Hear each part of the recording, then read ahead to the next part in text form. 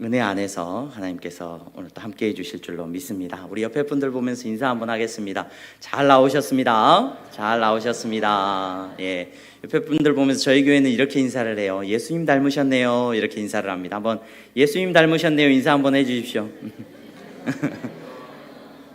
누가 닮으신 거예요? 옆에 분이 닮으신 거예요? 다시 한번 눈을 보고 그 사람의 얼굴을 가만히 보시면서 예수님 닮으셨네요. 한번 해주십시오. 다시 한번. 네, 감사합니다. 불편하게 해드려 죄송합니다. 저희 교회는 마스크를 썼더니 더 예수님 닮은 것 같다라고 다들 성도님들이 고백을 하십니다. 아까 우리 충진교회가 이 어려운 때에 이렇게 선교 컨퍼런스를 하고 충진교회뿐만이 아니라 교회가 나아가야 하는 복음을 증거하는 사명을 다시 한번 생각해보는 귀한 시간을 갖기를 원한다라는 목사님 말씀을 들었는데 도전이 많이 됩니다.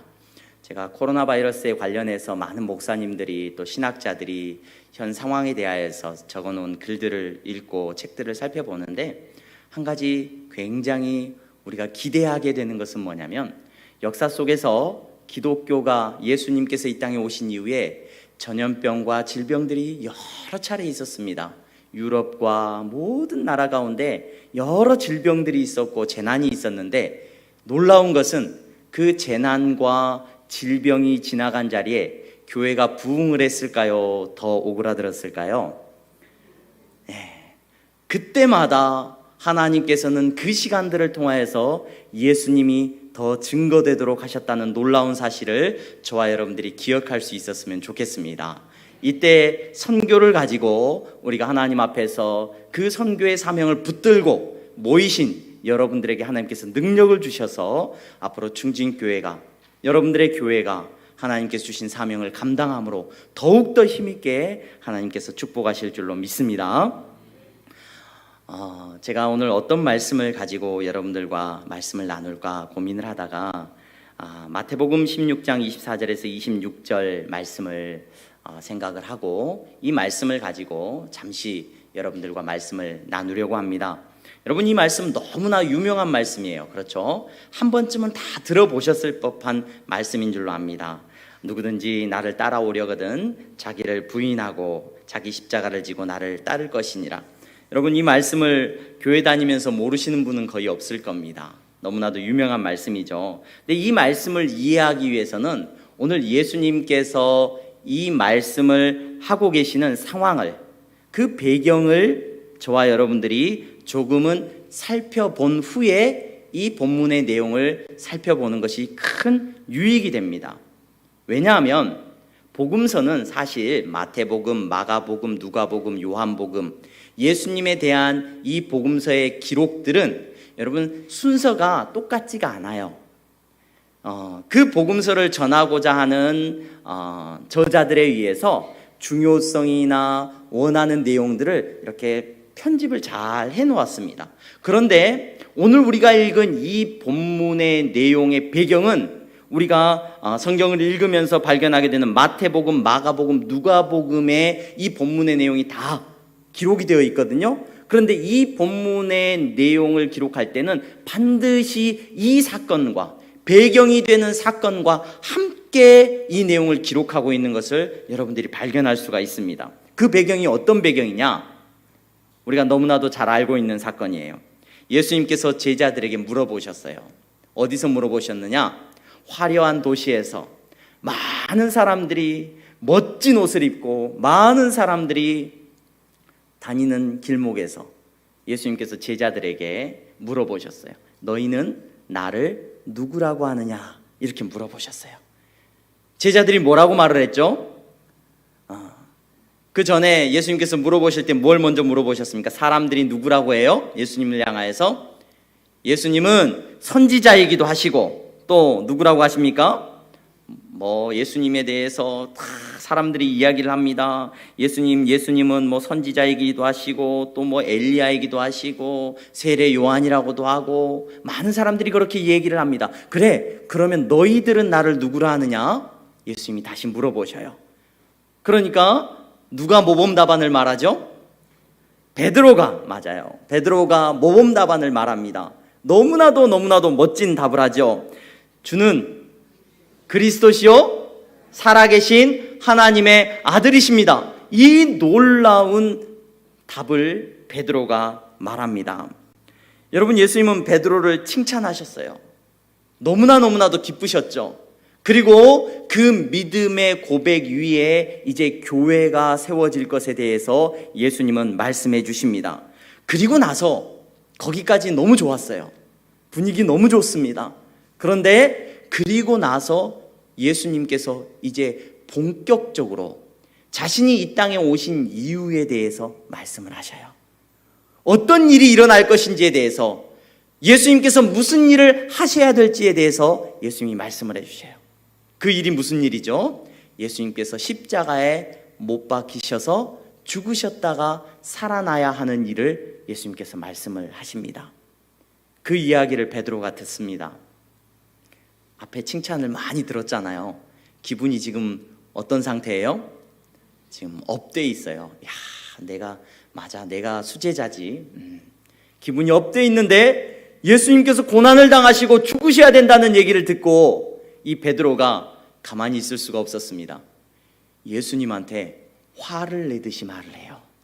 성경의 본문을 살펴보면, 원어적인 내용을 살펴보면 베드로가 소리를 높였어요. 아, 예수님, 그렇게 하시면 돼요, 안 돼요? 안 되죠. 그렇게 하시면 예수님 안 됩니다. 예수님, 절대로 그런 일이 일어나지 않을 것입니다. 예수님을 붙들고 역정을 냅니다. 그러면서 그렇게 하면 안 된다라고 말을 했습니다. 예수님이 베드로에게 뭐라고 말씀을 하십니까? 너무 슬픈 장면이에요. 사탄아 물러가라고, 제자에게 사탄아 물러가라고 말씀을 하셨습니다. 그리고 내가 하나님의 일을 생각하지 않고 누구의 일을 생각한다라고 말을 해요? 사람의 일을 생각한다라고 오늘 성경에 통해서 말씀해 주십니다. 그리고 나서 오늘 우리가 읽은 본문의 내용이 나와요. 여러분, 우리가 읽은 본문의 내용 다시 한번 살펴보시겠습니까?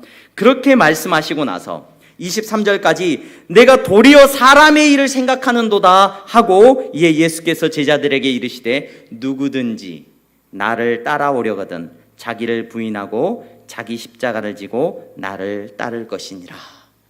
여러분, 이 배경과 이 본문의 내용을 여러분 조금은 이해가 되게 여러분 본문의 내용들을 좀 살펴보셨습니까? 베드로하고 예수님이 서로 대화를 했어요. 분위기가 처음에 너무 좋았죠. 좋았는데 나중에 분위기가 안 좋아졌단 말이에요.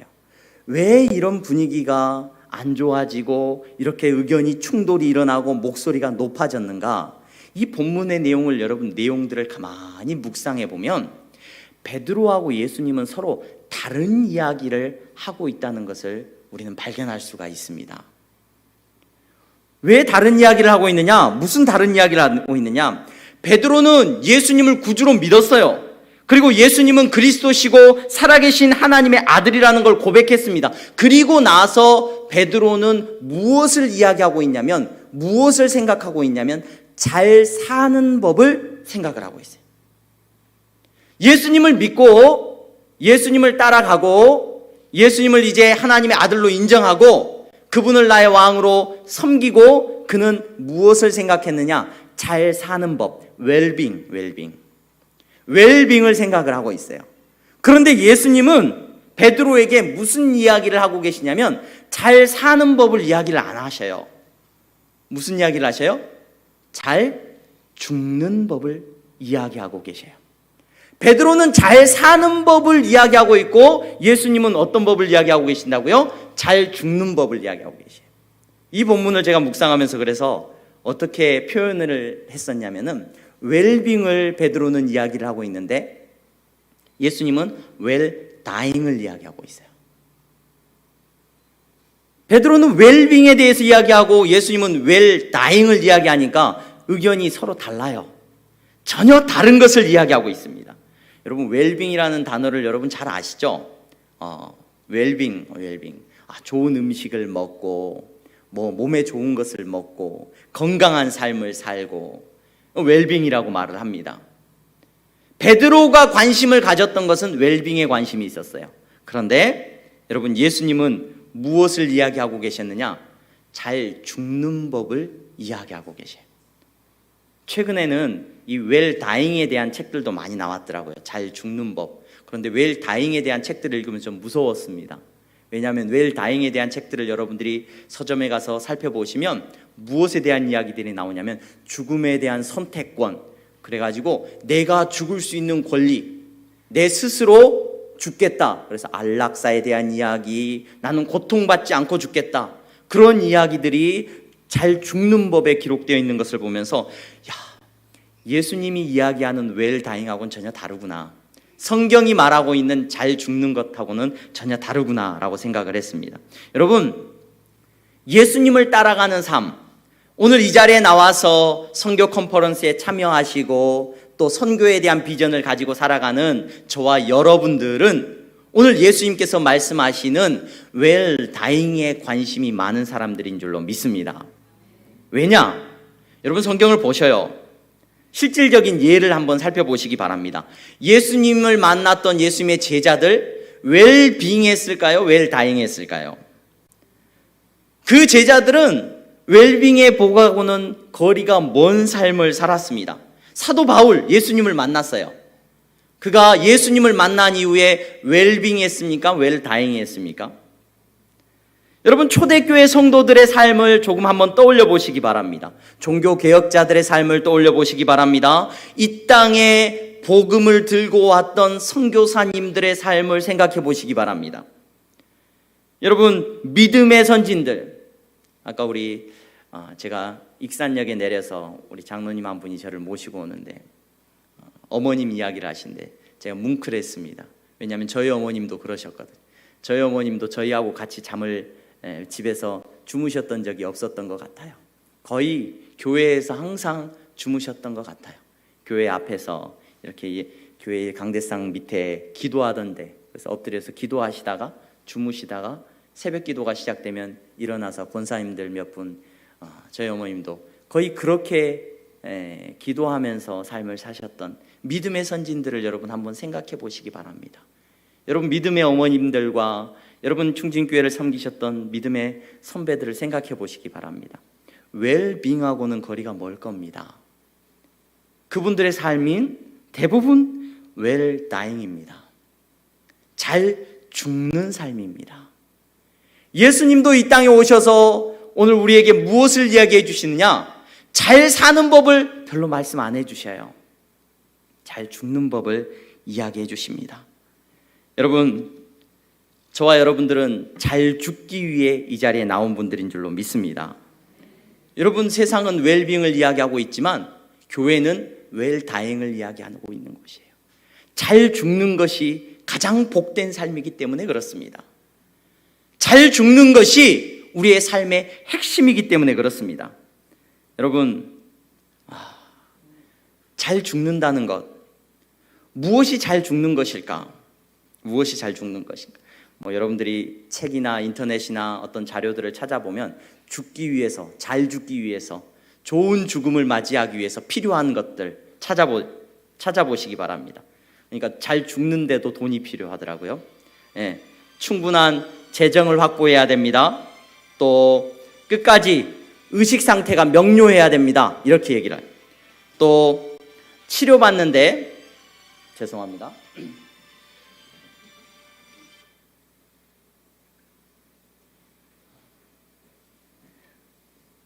잘 죽기 위해서도 필요한 것들이 있더라고요.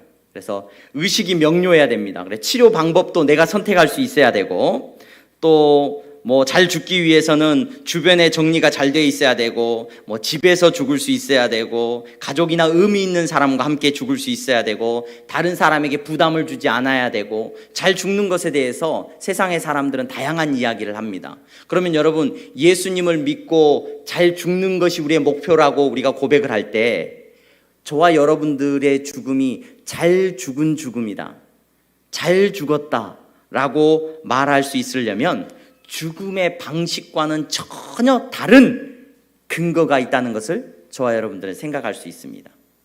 여러분, 저와 여러분들은 아마도 이 땅에 살다가 병원에서 폐렴으로 또는 치매로 또는 감기로, 어떤 사람은 좋은 병원에서 치료를 받다가, 어떤 분은 요양병원에서 계시다가, 어떤 분들은 극심한 고통 가운데서, 또는 어떤 분들은 잠자다가 조용히 그냥 아무 일도 없다는 듯이 아침에 눈 뜨니 천국이, 그런 어떤 분들도 계실 겁니다. 여러분, 그렇다면 어떤 죽음이 잘 죽은 죽음이냐? 여러분, 기억하셔야 될 것은 어떤 죽음이든지 죽음의 방식과 잘 죽는 것은 상관이 없다는 거예요. 성경이 말하고 있는 잘 죽는다는 것은, 우리 권사님들을 위해서 기도합니다. 저도 저희 교회 권사님들을 위해서 기도할 때, 하나님, 우리 권사님들 마지막까지 예수님 부르시다가 어느 날 평안히 잠들어 있을 때 주님 불러주시기를 바랍니다. 이렇게 기도합니다. 여러분도 그것을 위해서 기도하는 줄로 믿습니다. 그런데 그것이 잘 죽는 죽음의 최고의 조건은 아니에요. 어떤 분은 극심한 고통 속에서 살다가 너무나도 외롭게 죽을 수도 있습니다. 너무나 슬프게 죽을 수도 있습니다. 하지만 잘 죽었다라고 말하는 것은 무엇에 달려있느냐? 여러분, 무엇을 위해 죽었느냐가 잘 죽는 죽음의 핵심이라는 것을 저와 여러분들이 기억할 수 있었으면 좋겠습니다. 여러분, 무엇을 위해 죽느냐가 웰다잉의 핵심이에요. 여러분, 세상에서 오늘 예수님께서 베드로에게 말씀하고 계시는, 제자들에게 말씀하고 계시는 이 메시지의 핵심을 살펴보시기를 바랍니다. 예수님은 무엇을 위해서 죽는 죽음이 잘 죽는 죽음인지 우리에게 정확하게 말씀해 주셔요. 뭐라고 말씀해 주십니까? 나를 따라오려거든 자기를 부인하고 자기 십자가를 지고 나를 따를 것이니라. 여러분, 무엇을 위해서 죽느냐? 예수님 따라가는 삶을 살다가 죽는 것이 잘 죽는 죽음인 줄로 믿습니다. 여러분, 세상을 따라가다가 세상의 돈과 명예와 세상이 주는 만족을, 쾌락을 쫓아서 살아가다가 여러분, 아무리 그 사람이 화려하게 죽었다고 할지라도 여러분, 그 죽음을 잘 죽은 죽음이라고 성경은 말하지 않습니다. 여러분, 예수님 따라가는 삶, 예수님을 따라서 여러분, 예수님께서 기뻐하시고 예수님께서 원하시는 것을 하다가 여러분, 예수님 만나는 것, 그것이 저와 여러분들의 가장 큰 기쁨이고 그것이 가장 영광스러운 죽음인 줄로 믿습니다. 여러분, 예수님을 따라가는 것은 뭐냐? 그러면은 예수님을 따라서 살아가는 삶은 뭐냐? 왜 예수님을 따라서 살아가는 삶이 잘 죽는 죽음이고, 목사님 자꾸 죽는다라고 이야기하니까 불편하고 자꾸 죽어야 된다고 표현하는 것 자체가 조금은 이상합니다라고 생각할 수도 있어요. 그런데 여러분, 믿음 안에서 저와 여러분들에게 죽음은 하나님께서 주신 축복인 줄로 믿으시기를 바랍니다. 전혀 우리가 걱정하고 염려하고 불경스럽게 생각할 것이 아닌 줄로 믿습니다. 왜냐? 여러분, 우리 장례식장 가면, 우리 충준교회 성도님들도 장례식장 가면 사도신경 외우십니까? 예배 드릴 때 안 외우시나요? 외우실 거예요. 예배 시간에. 사도신경을 여러분, 우리는 날마다 고백하잖아요. 사도신경에 뭐라고 고백되어 있는지 여러분 기억하시죠? 사도신경을 외우지 못하시는 분들은 안 계실 거예요. 뭐라고 기도를 합니까? 하나님을 믿습니다. 예수님을 믿습니다. 성령님을 믿습니다. 그렇게 말을 하고 뭐라고 외웁니까? 죄를 사하여 주시는 것과 몸이 다시 사는 것과 영원히 사는 것을 믿사옵나이다. 이 자리에 앉으신 분들은 무엇을 믿는 분들이냐면 몸이 다시 사는 것과 영원히 사는 것을 믿사옵나이다 고백한 사람들이 세례받은 거예요. 그것을 믿는 사람들이 선교하는 것, 그걸 못 믿는 사람은 선교 못해요. 복음 전하는 거 못하고 잘 죽는 법 이야기하는 게 싫어요. 그냥 죽고 나면 어떻게 되는지도 모르고 불안하고 그냥 잘 사는 게 최고인데 왜 죽는 이야기 자꾸 합니까? 여러분, 다른 데서는 이 이야기 하면 안 돼요. 왜냐하면 죽음은 불경스러운 거니까. 하지만 이 자리에 앉아 계시는 저와 여러분들은 두려워하지 않고 잘 죽는 것이 내 인생의 목표입니다 말할 수 있습니다. 왜냐? 저와 여러분들은 입술로 고백하잖아요. 매일매일 고백하잖아요. 뭐라고 고백해요? 내가 어떻게 될 사람이라는 거? 몸이 다시 사는 것과 영원히 사는 것을 믿는 사람이기 때문에 저와 여러분들에게 최고의 축복은 잘 죽는 것인 줄로 믿으시기를 바랍니다. 여러분, 예수님 따라 죽는 것이 가장 잘 죽는 죽음이라고 말씀을 드렸어요. 예수님을 따라가는 삶, 무엇을 위해 죽느냐? 어떤 사람은 아파서, 어떤 사람은 사고로. 여러분, 죽음의 방식은 상관없습니다. 무엇을 위해서 죽었느냐가 그 사람의 죽음을 말해줍니다. 그런데 예수님께서는 분명히 말씀해 주셔요. 나를 따라오려거든. 예수님 따라가는 삶, 예수님 따라 죽는 삶이 가장 복된 죽음이에요. 가장 복된 죽음. 예수님은 어떻게 그 삶의 마지막에 종지부를 찍으셨느냐? 예수님께서 이 땅에 오셔서 어떻게 죽으셨는지 여러분 살펴보셔야죠. 예수님은 누구를 위해서 죽으셨습니까? 바로 저와 여러분들을 위해서 죽으셨어요. 저와 여러분들을 살리기 위해서 죽으셨어요. 생명을 살리기 위해서 예수님께서는 이 땅에 오셔서 저와 여러분들을 위해서 죽으신 줄로 믿습니다. 그 죽음을 오늘 성경이 말하고 있습니다. 저와 여러분들이 잘 죽는 죽음을 이야기하려고 한다면, 웰 다잉을 이야기하려고 한다면, 돈이 많아서 노후가 평안하고 정말로 운동을 열심히 해가지고 고통이 없이 그냥 질병 치료받을 때 호흡기 안 달아서, 제가 어떤 병원에, 요양병원에 갔더니 10년째 호흡기를 달고 계시는 분들도 계시고, 자녀들도 힘들고 그분도 참 힘들어요. 그러니까 그건 웰 다잉이 아니다 이렇게 말하는 분들도 계시죠. 여러분, 그런데 어떤 삶이든지 간에, 어떤 죽음의 모습이든지 간에 여러분들의 삶이 예수님을 따라가고 예수님이 걸어가셨던 그 길을 걸어가면서 주님을 만난다면 그 죽음이 바로 잘 죽는 방법이라는 것을 기억하시기를 바랍니다. 여러분, 그러면 예수님은 어떤 삶을 사셨다고요? 생명을 살리기 위해서 죽으셨습니다. 죽어가는 사람들, 죄로 말미암아 죽어가는 영혼들을 살리기 위해서 예수님은 죽으셨어요. 왜? 예수님은 죽음으로 끝나는 분이 아니셔요. 사망 권세를 이기시는 분이신 줄로 믿습니다. 예수님 따라서 저와 여러분들도 죽음이 끝이 아닌 줄로 믿습니다. 그러므로 죽어가는 사람들을 살리는데 우리의 생명을 바칠 수 있다면, 그것이 우리의 삶의 목적이 되고 그 일을 하다가 주님을 만날 수 있다면, 그것만큼 잘 죽는 죽음이 없을 줄로 믿습니다. 여러분, 저는 평생 목사로 살기로 결심을 했습니다. 이 결심을 하면서 제가 왜 이 결심을 했는가? 내가 왜 목사가 되어야 되겠다라고 생각을 했는가? 이것이 가장 잘 죽는 방법이기 때문이라고 생각을 했습니다. 목사가 되어서 다른 사람을 위하여서 말씀을 나누고 죽어가는 사람들을 살리는 것, 이것이 가장 의미 있는 일이라고 생각했기 때문이에요. 근데 제가 큰 교회에서 사역을 했습니다. 좋은 교회에서 사역을 했습니다. 그러면서 문득 제 자신에게 드는 생각이, 나 혼자 잘 살기를 꿈꾸는 마음이 문득 제 안에 찾아오는 걸 경험을 했어요. 그때마다 저는 제가 사역하던 곳에서 이렇게 많이 옮겼습니다. 이렇게 더 있으면 안 되겠구나. 더 머물러 있으면 안 되겠구나. 내가 웰 다잉을 꿈꾸는 목사가 아니라, 내가 웰 다잉을 꿈꾸면서 주님 만날 시간을 준비하는 목사가 아니라 자꾸 웰빙을 꿈꾸고 있구나 생각을 많이 하게 됐습니다. 그래서 그때마다 제가 사역지를 옮겼던 것 같아요. 사역지를.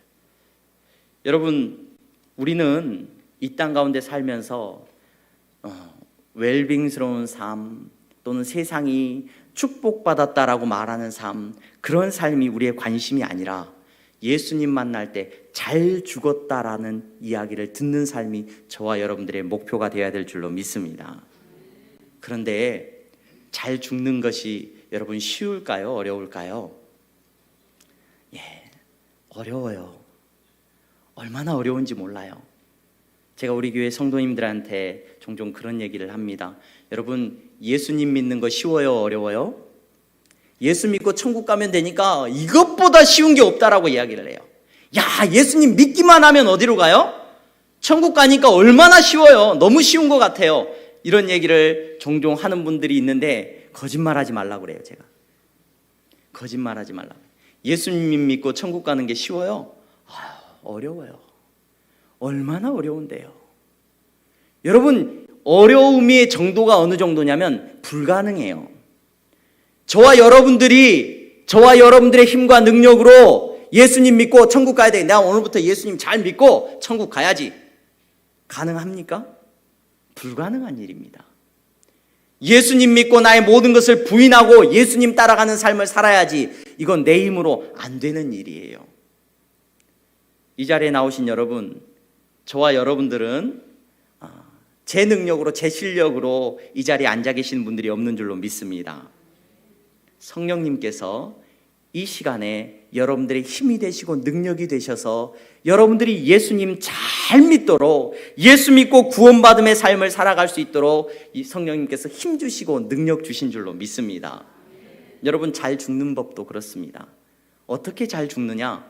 여러분, 우리 죽는 것도 두려운데, 잘 사는 이에게도 불안한데, 여러분 어떻게 잘 죽느냐? 여러분, 이 이야기를 할 때 우리 마음 가운데 드는 생각은 두려운 마음밖에 없습니다. 내 힘으로 잘 죽을 수 있어요, 없어요? 없어요. 잘 죽기는커녕, 여러분 예수님 따라가는 삶을 살아가면서 죽기는커녕, 여러분 우리는 두려워하고 불안해하고 걱정하면서 살아가는 것이 저와 여러분들의 모습입니다. 베드로가 예수님을 만나고, 오늘 베드로와의 대화 속에서 예수님이 잘 죽는 것을 이야기하거든요. 십자가 지는 삶에 대해서 이야기를 해줍니다. 그 이야기를 듣고 베드로가 그래! 내가 이제 잘 죽어봐야 되겠다, 이렇게 생각을 했을까요? 무서웠을까요? 베드로는 무서웠어요. 우리가 잘 알고 있는 대로 예수님의 모든 제자들이 다 무서워했습니다. 얼마나 무서워했는지, 예수님이 잘 죽는 모습을 보여주셨음에도 불구하고, 자기들의 눈앞에서 예수님이 십자가를 지고 죽는 모습을 보았음에도 불구하고 예수님의 제자들은 무서웠어요. 두려웠어요. 그래서 어디 못 가고 모여가지고 있었어요. 그때 예수님께서 그들에게 약속하셨던 일이 일어납니다. 너희들은 절대로 너희들의 능력으로는 잘 죽을 수 없다라고 말씀을 하시죠. 나를 따라올 수 없다라고 말씀을 하셔요. 하지만 예수님께서 약속을 하나 해주셨어요. 어떤 약속을 해주셨냐면은, 내가 너희들을 떠나는 것이 더 좋겠다. 내가 떠나고 나면 너희에게 누가 찾아오실 것이다? 성령님께서 찾아오실 것이다.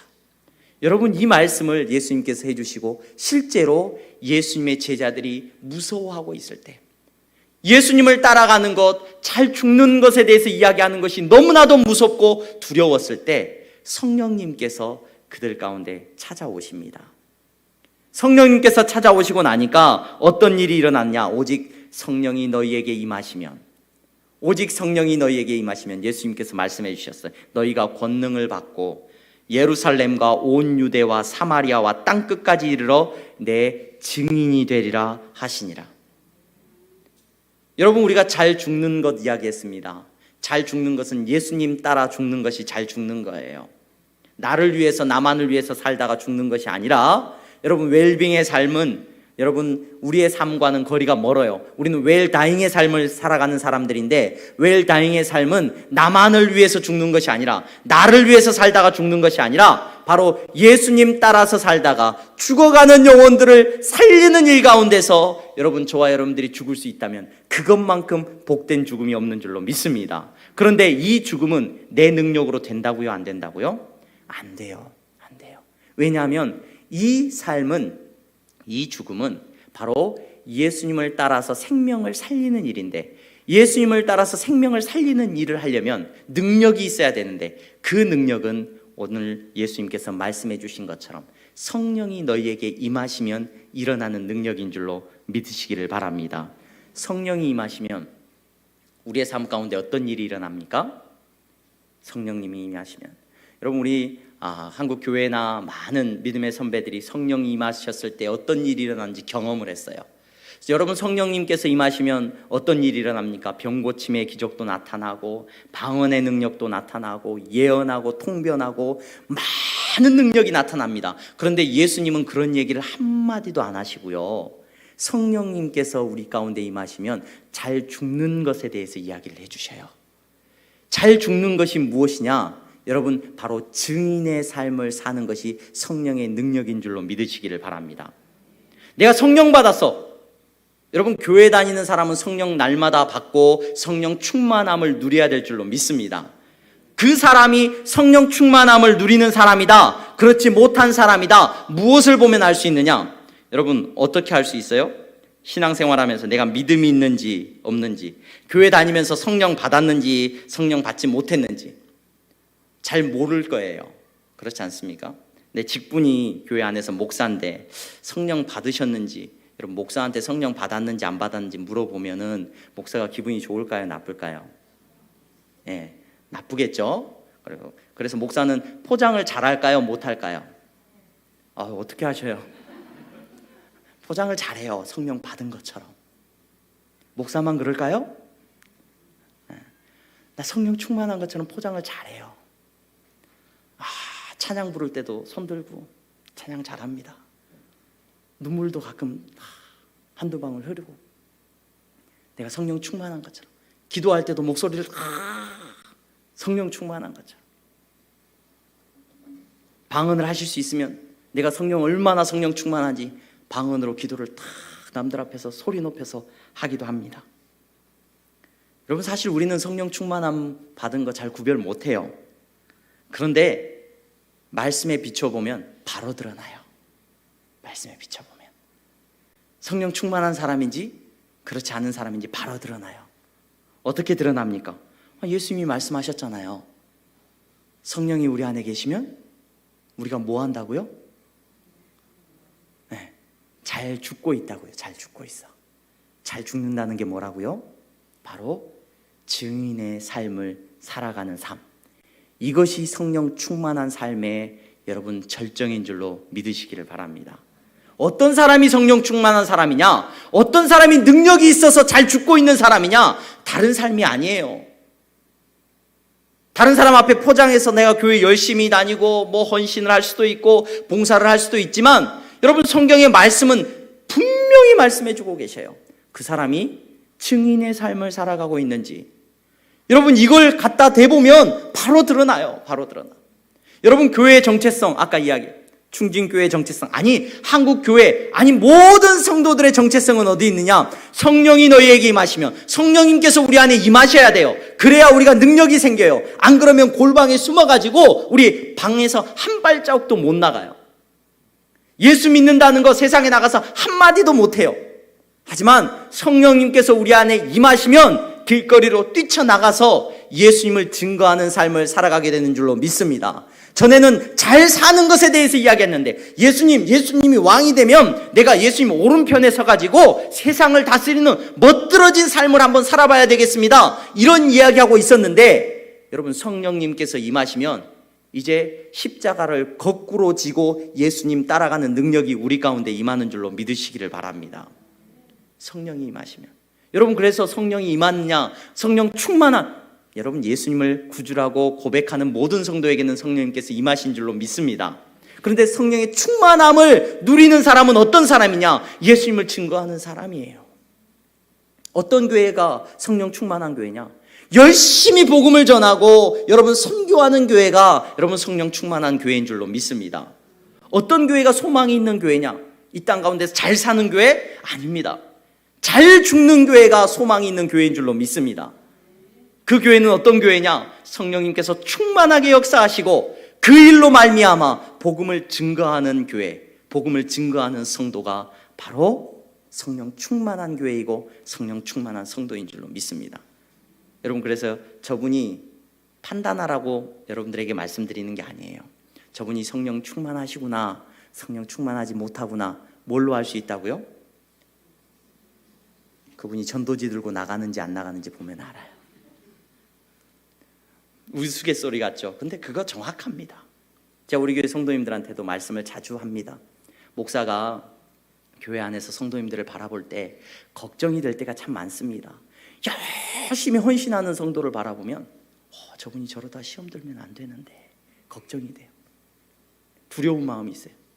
열심히 봉사를 하고 어느 날 헌금을 막 이만큼 갖고 와요. 목사님, 제가 헌금하려면 교회 건축합시다. 내가 건축 다 책임질게요. 목사가 너무 기뻐서 막 박수를 치고 막 그분을 업고 다니까 걱정이 돼요. 아이고, 어쩔까? 저분의 마음 가운데 시험 드는 일이 없어야 될 텐데. 그런데 걱정하지 않는 한 가지 일이 있어요. 두려워하지 않는 한 가지 일이 있어요. 사도 바울도 그런 고백을 합니다. 여러분, 제가 여러분들이 싸우든 어쩌든 걱정하지 않는 게 한 가지 있는데, 그게 뭐냐면 여러분들이 싸우면서 경쟁하듯이 예수님을 전도하든 아니면 좋은 마음으로 하든 나는 하나도 걱정 안 합니다. 그 일은 걱정을 안 합니다. 여러분, 목사가 아니 성도들이 서로를 향해서 바라볼 때 걱정 안 해도 되는 일이 딱 한 가지 있어요. 그건 뭐냐면 전도하는 일이에요. 복음 전하는 일이에요. 그 일하고 있는 성도는 걱정을 안 해요. 그 일하는 성도는 시험이 안 들어요. 성령님께서 충만하게 역사하고 계시기 때문에. 여러분, 왜 한국 교회가 선교하는 일에 최선을 다하고 열심을 내야 되느냐? 여러분, 교회가 그것이 사명이고 그 성령의 충만함을 통하여서 일할 때 하나님께서 능력을 주시고 엉뚱한 행동 안 하고 하나님께서 걱정 끼칠 만한 일이 나타나지 않는 줄로 믿습니다. 여러분, 저희 교회는 이제 개척교회 같은 교회입니다. 제가 부임하고 성도님들이 많이 힘들어. 교회 역사는 40년이 지났는데요. 교회가 이제 재개발이 되면서 그 지역을 떠나야 됐어요. 떠나야 돼서 10년 동안 방랑 생활을 했어요. 그러면서 성도님들이 다 떠나게 되고 연로하신 권사님들이 세상을 떠나게 되고 소천하시게 되고, 그래서 남아있는 분들이 얼마 안 계셔요.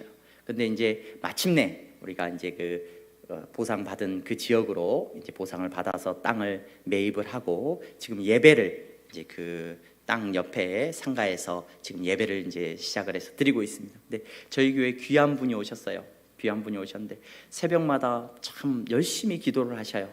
방언으로 기도를 하셔요. 그래서 목사가 듣기에도 참 이게 긴장돼요. 그래서 저분이 괜찮은 분일까? 새로 오시는 분들에 대해서 요즘 많이 걱정을 하잖아요. 두려워하는 마음이 있어요. 그런데 그분의 한 모습을 보고 제가 걱정을 다 내려놨어요. 어떤 모습을 보고 걱정을 내려놨냐? 이분은 저희 교회 오신 지 몇 개월 안 되셨는데, 목사님, 전도지 이거 쓰면 되나요? 그분이 혼자 오셔가지고 하루에 2시간씩 낮에, 그분은 사별하시고 혼자 되신 분인데 하루에 2시간씩 전도지를 들고 길거리에 나가가지고 저희 교회 전도지를 나눠주고 계셔요. 코로나 때 이때에도 교회에서 준비한 그 전도용품이 있어. 손 소독하는 그 티슈가 있는데 그거하고 같이 들고 사람들에게 2시간씩 나눠서, 우리가 단체로는 전도를 못 하거든요. 근데 혼자서 가서 그 원사님이 처음 오신 분이 2시간씩 전도를 하고 계셔요.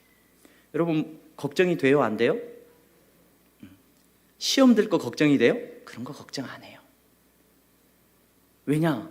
그분 안에 성령의 충만함의 역사가 있기 때문에 여러분, 그와 같은 일을 감당하고 계시는 것이고, 성령 안에서 그 일을 감당하시는 분은 걱정할 것이 없습니다. 여러분, 충진교회도 우리 귀한 목사님이 오셔서 멋지게 아름답게 너무나도 귀하게 사역하고 계시는 줄로 믿습니다. 목사님과 같이 여러분 사역하면서 우리 목사님 선교하는 거 너무 좋아하셔요. 복음 들고 나가서 정말로 힘든 나라에 가서 복음 전하는 거 너무너무 기뻐하셔요. 여러분, 목사님과 한마음이 돼서 여러분들 성령 충만함의 은혜를 누리시고 잘 죽는 교회 되시기를 소망합니다. 어떻게 해야 잘 죽는 거라고요? 예수님 따라 살다가 죽어야 잘 죽는 거예요. 여러분, 어떻게 살다가 죽는 것이 잘 죽는 죽음이냐? 여러분, 예수님 증거하다가 죽어가는 영혼들에게 생명을 전하다가 죽는 것이 잘 죽는 죽음이라는 거 기억하시기 바랍니다. 내 온 힘을 다해서 여러분 예수님 따라 살다가 예수님 만나시기를 바랍니다. 여러분, 성령 안에 거하는 거 별거 없는 것 같죠? 병이 낫든지 사업을 해서 돈을 잘 벌든지 좋은 대학을 가든지 성공하는 것보다 여러분 전혀 매력 없는 것 같죠? 여러분, 하지만 그것만큼 가치 있는 일이 없기 때문에 여러분, 그 일을 감당하시다가 여러분들이 예수님을 만난다면 여러분, 여러분들의 삶을 천국에서도 기뻐하면서 박수치면서 바라보고 있을 줄로 믿습니다. 제가 이렇게 집회를 하거나 할 때마다 제 삶에 영향을 주었던 그 신대원에서 만났던 한 전도사님 이야기를 꼭 합니다. 은혜롭지는 않아요. 제가 생각해도 별로 은혜가 되지는 않지만 저 자신에게는 너무나도 귀한 메시지이기 때문에 늘 그분에 대한 이야기를 합니다. 제가 신대원 때 만났던 전도사님이 계셨는데, 신학대학원 다닐 때 아마 우리 이로 목사님도 기억하실 거예요. 허광만 전도사님이라는 전도사님이 계셨어요. 저희 때 그 전도사님이, 그분은 목사님이 못 되시고 소천하셨으니까 전도사님이 지금도 저희 그 공부했던 총신대학교 신학대학원은 양지라는 곳에 있어요. 경기도에 있는 양지, 용인 옆에 있는 양지라는 곳에 있는데 차를 타고 다니기가 굉장히 좀 불편합니다. 근데 그분이 신대원 생활을 하시다가 차 타고 다니시다가 교통사고로 소천하셨어요. 근데 제가 왜 그분에게 도전을 많이 받았냐면, 은혜를 받았냐면, 그분 좀 이상한 분이셨거든요. 그분은 학교 선생님 출신이셨는데 굉장히 이상한 이야기를 많이 하셨어요. 그래서 신학교에 갔는데 목사님을 되기 위해서 전도사님들이 다 신학교에 나와 있는데 이분은 다 이렇게 사람들이 모여 있으면 혼자 앞으로 나가셔요. 혼자 앞으로 나가가지고 교수님이 오시기 전에 혼자 앞에 나가지고 혼자서 이야기를 해요. 심지어 어디에서까지 이야기를 하시느냐? 목사님, 전도사님들이 그 이제 신대원 다니시는 전도사님들이 한 번씩 꼭 하루에 한 번씩 체프를 드리거든요. 예배를 드려요. 예배를 드리는데 그 예배 1200명 되는 그 아마 학생들이 다 모여가지고 예배 드리기 위해 모여 있는데 다 모여 있잖아요. 그러면 예배 본인이 설교자도 아니고 뭐 세운 사람도 아닌데 앞으로 혼자 나가셔요. 그래가지고 마이크를 준 적도 없는데 앞에 나와 있는데 혼자서 막 이야기를 하셔요. 정상인 것처럼 느껴지세요? 비정상인 것처럼 느껴지세요, 여러분? 비정상이에요, 비정상. 좀 이상해요. 그리고 말도 우리가 알아먹을 수 있는 좀 잘 하시면 좋겠는데 무슨 말인지도 잘 모르겠어요. 이상한 이야기를 하셔요. 근데 그 앞에 나오셔요. 이야기를 하고 계셔요. 사람들이 처음에는 전도사님들이 뭐 들어오세요 막 이렇게 좋게 말하다가 나중에는 이제 막 감정이 계속 나가시니까 수업 들으려고 앉아 있어도 앞에 나가서 이야기를 자꾸 하시고 그러니까 어떤 분들은 싫어하시고 짜증을 냈어요. 여러분, 저같이 조금 교양을 알고 저같이 좀 똑똑하고 그런 사람이 그런 분들하고 친하게 지내고 싶었을까요? 별로 좀 멀리하고 싶었을까요? 이일호 목사님처럼 좀 핸섬하고 좀 깔끔한 사람이 좋아요. 그런 분들을 좀 안 좋아했어요. 그래가지고 거리를 뒀어요. 근데 그분은 저한테 자꾸 다가왔어요. 저를 보면서 자꾸 악수를 하려고 하고 인사를 해요. 저 옆반이셨거든요. 신대원 옆반이셨는데 자꾸 인사를 하고 아는 체를 했어요. 그리고 어느 날 제가 그분을 새롭게 봤는데 무슨 일이 있었냐면, 제가 신대원 다닐 때 저희 집이 낙성대, 서울에 가면 낙성대라는 곳이 있어요. 낙성대에서 내려서 제가 대학원을 그곳에서 다니는 바람에 그 서울대학교 후문이 낙성대예요. 그래서 낙성대학교가 아니라 서울대학교 후문 쪽에 낙성대라는 그 역이 있고 전철역이 있고 거기서 제가 생활을 했는데, 신대원에서 와가지고 집에 가기 위해서 낙성대역에서 내려서 이렇게 집으로 가고 있는데 그 전도사님이 거기서 서 계시는 거예요. 거기에 서 있을 이유가 없거든요. 왜냐하면 거기에선 차를 타면 어디로 그 차가 가냐면은 거기서 타는 차는 전부 서울대학교로 들어가는 차예요. 근데 그 전도사님이 거기 서 계시는 거예요. 깜짝 놀랐어요. 전도사님 여기 왜 계셔요? 그랬더니 본인이 대학원 수업을 듣는데요. 나중에 알고 봤더니 이분이 초등학교 선생님이셨고 지금 서울대학교 대학원에서 교육학 쪽으로 아마 수업을 듣고 계셨던 거예요. 그때부터 사람이 좀 달라 보이더라고요. 제가 친하게 지내고 싶었을까요? 안 친하게 지내고 싶었을까요? 아니, 그래도 안 친하게 지내고 싶었어요. 별로 가까이 하고 싶진 않았어요. 저런 분이구나. 좀 독특한 분이시다. 인식은 좀 바뀌었죠. 그래도 인사는 이제 그때부터 좀 하고 다녔어요. 어느 날 금요일입니다. 급히 이제 전도사님들이 금요일이 되면 빨리 이제 수업이 마쳐지면 오전 수업이 마치고 사역지로 돌아가요. 이제 사역지로 돌아가고 집으로 돌아가서 사역을 해야 되니까 급히 가고 있는데 그 전도사님이 저를 갑자기 탁 보더니 인사를 또 하는 거예요. 예, 반갑습니다 하고 조심히 가세요 하고 그랬더니 그분이 제 손을 꽉 잡고 이야기를 하시는 거예요. 목사님, 전도사님, 네, 우리가 서울대 다니는 것도 공부를 많이 한 것도 아무것도 아닙니다. 네? 제가 자랑은 아닌데 신대원 들어가서 첫 학기에 전액장학금을 탔습니다. 성적으로. 두 번째 학기에도 장학금을 탔어요. 그런데 그 전도사님 제 손을 꽉 잡고 공부 잘하는 것도 뭐 좋은 대학 다니는 것도 아무것도 아닙니다. 기분이 좋아요, 나빠요, 제가? 기분이 나쁘더라고요. 네, 알겠습니다 하고 손을 뿌리치고 헤어졌어요. 그 다음 주 월요일 날 제가 학교를 일찍 들어갔습니다. 근데 수근수근돼요. 제가 금요일 날 그렇게 인사를 하고 그 전도사님도 차를 타고 떠나셨고 저도 제 사역지로 갔어요. 근데 월요일 날 돌아가서 신대원에 들어가니까 그 전도사님이 교통사고로 그날 저하고 만나고 헤어지고 차를 가지고 오시다가 교통사고가 나서 소천하셨다는 거예요. 충격이 왔습니다. 뭐지? 너무너무 불편했어요. 너무너무 불편했어요. 그리고 그 산반에 갔더니 그 전도사님은 자기가 이제 말로 안 되니까 칠판에다가 자기가 하고 싶은 말을 적어 놓는 거예요. 하고 싶은 말이 아니라 성경 말씀을 적어 놨어요. 성경 말씀을 적어 놨는데 고린도전서 13장의 말씀을 적어 놨어요. 사랑이 없으면 아무것도 아닙니다. 울리는 꽹과리고 아무것도 아닙니다. 그 메시지가 적혀 있었어요. 너무 울림이 컸어요. 여러분, 제가 여기서 이야기가 끝났어야 되는데 저는 여기서 너무 감동 주는 걸로 끝났었어요. 그런데 제가 목사가 되고 처음 사역지로 우리나라의 강남에 있는 큰 교회 충현교회라는 교회를 갔어요.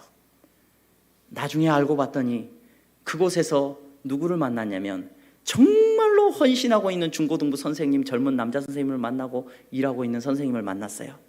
그런데 그분하고 대화를 하면서 알게 됐어요. 그 허강만 전도사님이 충현교회 출신이라는 걸 알게 됐어요. 그리고 그분이 어떻게 해서 회심하게 됐는지에 대해서 알았어요. 허강만 전도사님이 회심하게 된 이야기가 아니라 그 젊은 청년이 어떻게 회심했는지를 듣게 됐어요. 허강만 전도사님이 예수님 믿고 그분이 한 일이 뭐냐? 신학교를 다니기 전에 너무너무 성령님께서 충만하게 역사하시니까 전도지를 챙겨 들고 지하철을 타신 거예요. 지하철에서부터 그 이상한 소리로 예수님을 증거하기 시작한 거예요. 만나는 사람마다, 여러분 서울의 지하철, 저녁에 지하철을 타시면 후끈합니다. 술 취한 사람들이 다 타고 있어가지고 9시, 10시쯤 되면은요, 여기저기 정상인 사람들이 없어요. 그곳을 다니면서 퇴근하고 돌아가는 길에 퇴근하는 사람들에게 전도지를 나누는 것. 전도지를. 그 선생님이 같이 충현교회를 다니셨대요. 술 한잔을 하고 직장 생활을 하면서 얼큰하게 취해가지고 흔들거리고 있는데 저만치서 자기가 아는 한 집사님이 걸어오시더래요. 그분을 보고 그 청년이 고개를 외면을 했습니다.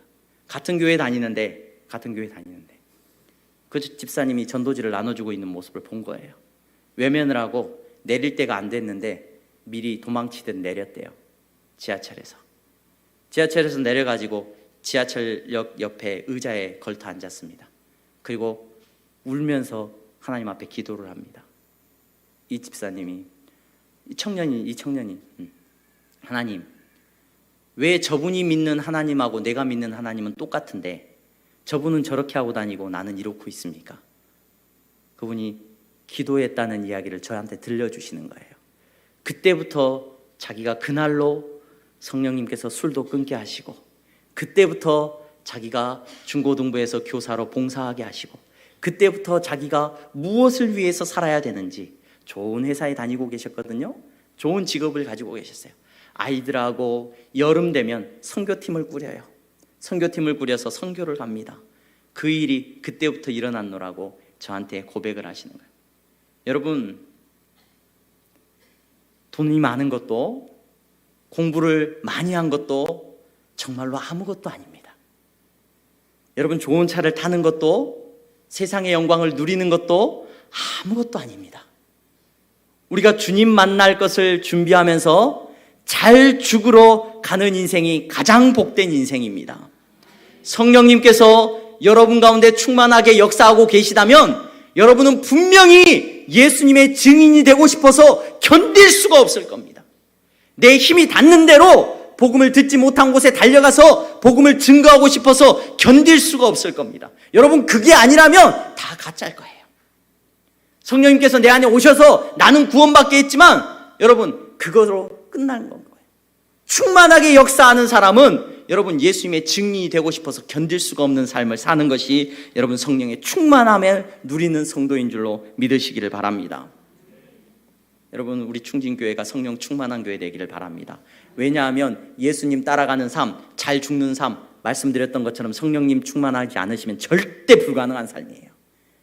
증인이 되는 거 절대 안 돼요. 가짜는 전도 절대 못 해요. 전도지 한 장도 못 나눠줘요.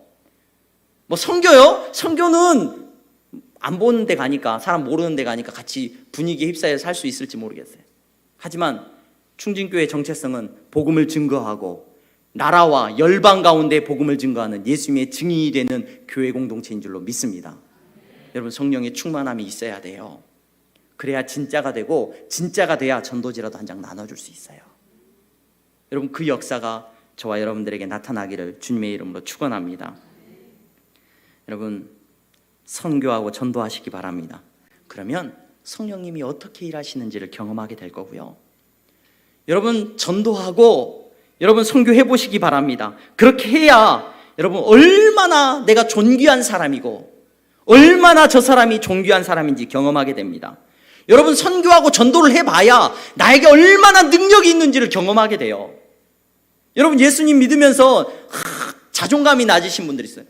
자존감이 낮아요. 그래서 무슨 말만 하면 삐져요. 말을 못해. 다 나보고 나들으라고 하는 소리네. 속상해. 여러분, 전도를 하고 선교를 해보세요. 내가 얼마나 존귀한 사람이고 얼마나 사랑받는 사람인지 여러분 깨닫게 됩니다. 여러분, 선교하고 전도해 보십시오. 여러분들의 막혔던 문제가 해결되는 역사가 나타날 줄로 믿습니다. 성령님께서 일하시는 거 언제 경험하느냐? 여러분, 전도해야 경험하게 돼요.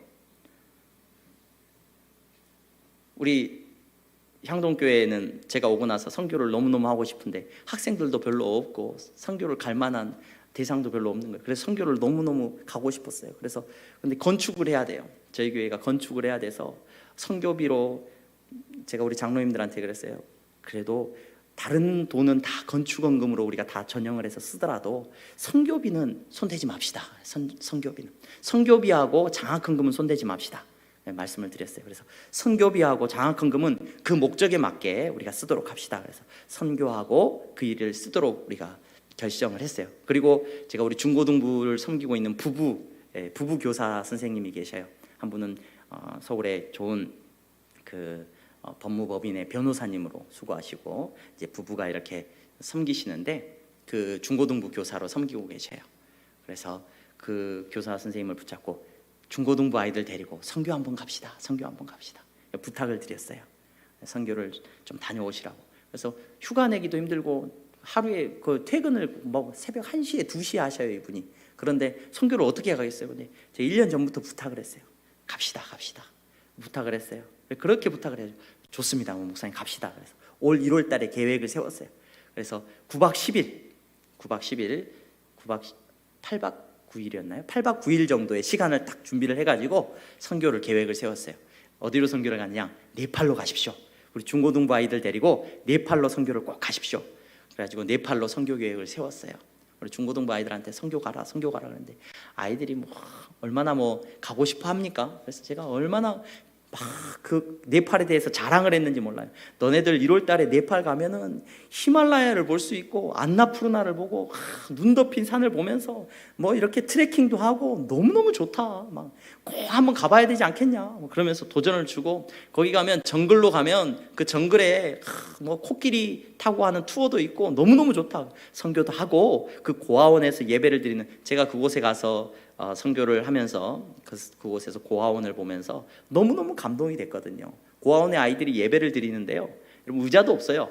맨 바닥에 고아원의 그 아이들이 4살, 3살, 5살 되는 꼬맹이들이 앉아서 엄마 없이 부모 없이 같이 모여서 고아원에서 사는 거예요. 근데 그 아이들이 예배를 드리는 모습에 얼마나 제가 감동을 했는지 몰라요. 그래서 너희 꼭 가봐라 그러고 부탁을 했어요. 그래서 선교 계획을 세웠는데 그렇게 제가 가자고 해놓고는 저는 못 가게 됐어요.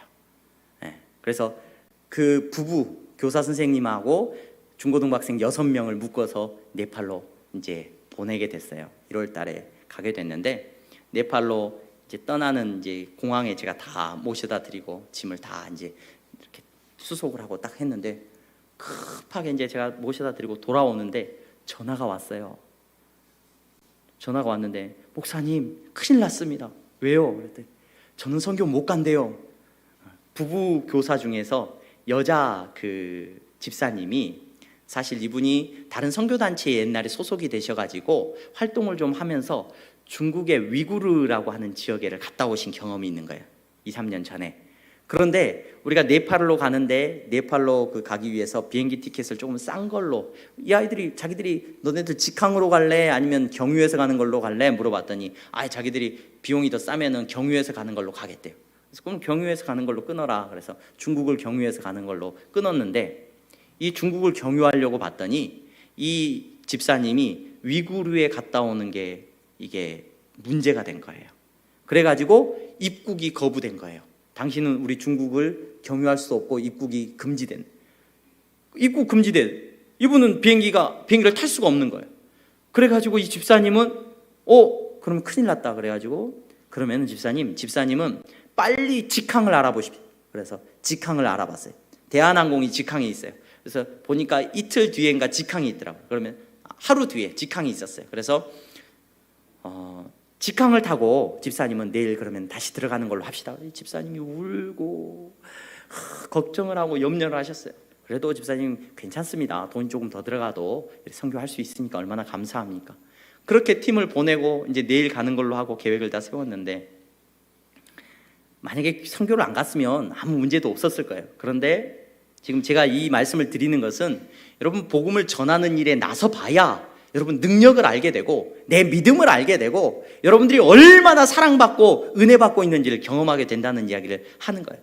그래서 이 중고등부 아이들을 데리고 중고등부 아이 6명을 데리고 이 선생님 혼자서 남자 선생님 혼자서 이제 중국에 도착을 한 거예요. 근데 중국을 딱 도착해가지고 이제 계획이 멋들어졌어요. 중국에 도착하면 대기 시간이 한 꽤 시간이 기니까 그 항공사에서 주는 그 숙박권이 있대요. 공짜 숙박권이 있어서 거기 여행도 하고 그래서 거기서 뭐 청도라는 지역에서 여행도 하고 이제 숙박도 하고 그렇게 계획을 딱 세웠는데 중국 공항에 딱 내리니까 공안들이 기다리고 있는 거예요. 공안들이 딱 기다리고 있다. 너네 이쪽으로 와. 그래가지고 7명을 데리고 간 거예요.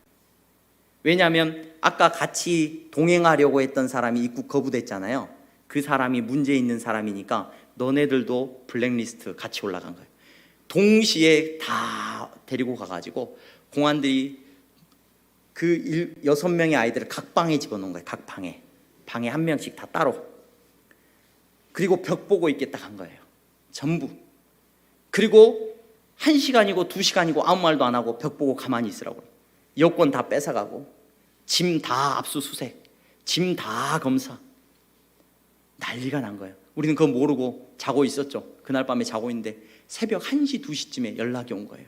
목사님 큰일 났어요. 중국 공안들한테 잡혀가지고 어디 가지도 못하고 어디 이제 선교도 못하고 잡혀가지고 그렇게 있대요. 그날로 우리 기도하는 팀들이 있어요. 교회가 발칵 뒤집혔어요. 기도를 하고 이제 그쪽 대사관에 외교관에 전화를 하고 물어보고 긴장을 하고 있었어요. 그리고 나서 나중에 연락도 안 돼요. 연락도 안 돼가지고 한참 핸드폰도 다 뺏겼. 그 자리에서 핸드폰부터 다 뺏어가더래. 핸드폰 뺏기고 다 뺏기고 그 공안들에게 억류돼 있다가 나중에 이제 모든 것들이 다 정리되고 나서 그 공항에서 한 발자국도 밖으로 못 나가고 그 공항 안에서 잡혀 있다가 다른 네팔 비행기를 탈 수 있도록 해서 네팔 비행기를 타기 직전에 카톡이 왔어요. 연락이 왔어요. 연락이 와가지고 이제 자기들 풀려났더라고. 그러면서 갔다 오는 이야기를 해요. 그리고 나서 이제 네팔에 도착해서 선교팀이 이제 그 집사님이 나중에 합류를 하고 선교의 일정을 마시고 다시 돌아와야 돼. 다시 돌아오는데 너무너무 불안한 거예요. 분명히 또 경유를 해서 와야 되는데 그 팀이 경유를 해서 와야 되는데 경유해 오는 팀이 또 억류되면 어떡할까? 제가 외교부에다 전화를 하고 부탁을 하고 여러 차례 부탁을 했어요. 근데 아니나 다를까 또 도착하자마자 공안들이 기다리고 있어요. 또 잡아가지고 억류하고 이때는 이제 너네들 이제 대사관에서 연락이 미리 조치가 된 것 같아요. 그래서 고생하다가 그래서 한 발자국도 뭐 대기 기간이 한 12시간 이랬거든요. 근데 그 시간 동안에 공항에서 쪽잠 자고 쪼그려 앉아 있다가 뭐 먹지도 못하고 그러고 있다가 다시 돌아왔어요. 제가 왜 이 말씀을 드리냐면 여러분 그 아이들이 억류돼 있을 때 여러분 부모님들은 어떤 마음이었을까요? 굉장히 힘든 마음이었죠. 걱정되는 마음이었죠. 저만 그랬어요. 저만. 부모님들은 너무 좋아했어요. 왜 부모님들은 좋아했느냐? 우리 다 같이 기도했거든요. 하나님, 우리 중고등부 학생들이 선교 가서 예수님 만나게 해주시고, 중고등부 학생들이 선교 가서 저 학생들을 가서 예배드리는 모습을 보면요, 예배드리는 모습 보면 내가 복음 전할 게 없어요. 더 우리보다 신앙생활 잘해요. 그곳에 예수님 믿는 아이들은, 여러분 그 아이들이 가지고 있는, 고아원의 아이들이 갖고 있는 재산이 딱 두 개가 있어요. 칫솔, 슬리퍼. 왜냐? 칫솔하고 슬리퍼는 있어야 되는데 이 아이들이 하도 잘 잊어먹으니까 칫솔하고 슬리퍼가 없으면 밥을 안 줘. 그러니까 칫솔 어디서 처박아 놓은 거 하나 매일 호주머니 넣고 다니는 칫솔 하나, 슬리퍼 한 짝만 찍찍찍 끌고 다니는, 그게 전 재산이에요. 근데 그 아이들이 예배드리는 모습을 보면요, 여러분 우리 아이들 때문에 눈물이 나와요.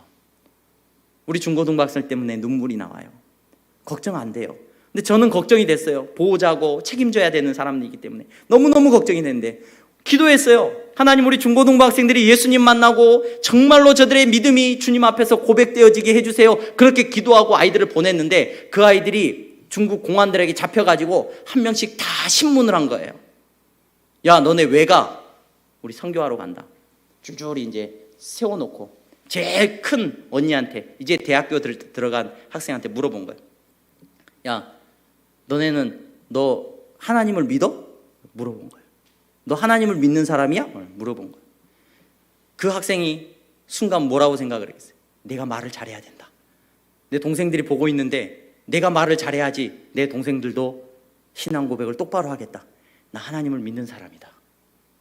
난 예수 믿는 사람이고 나는 가서 전도하기 위해서 왔다. 이 말을 한 거예요. 믿음 없어 보였어요. 중고등부 학생들 매일 그냥 핸드폰 게임하는 것 같고, 그 아이들이 그 앞에 서가지고, 중국 공안들 앞에 서가지고, 난 예수님 믿는 사람이다. 난 하나님 믿는 사람이다. 고백하고 돌아왔어요. 여러분, 선교를 하고 전도를 해야 내가 예수님 믿는 사람인 게 증거가 돼요. 능력이 나와요. 여러분, 내가 얼마나 힘 있는 사람이고 얼마나 하나님께서 나를 지켜주고 계시는지 여러분 경험하게 되는 줄로 믿으시기를 바랍니다. 여러분, 우리 충진교회는 이런 경험이 넘쳐나기를 바랍니다. 간증이 내가 사업을 해가지고 막 넘치도록 복을 받았다, 이거 간증 아니에요. 뭐가 간증이냐면 성령님께서 내 안에 오셔서 내가 예수님을 증거하는 삶이 되었습니다. 예수님이 드러났습니다. 예수님이 영광 받으셨습니다. 이것이 간증인 줄로 믿습니다. 이러한 간증이 넘쳐나는 교회가 되게 하실 줄로 믿습니다.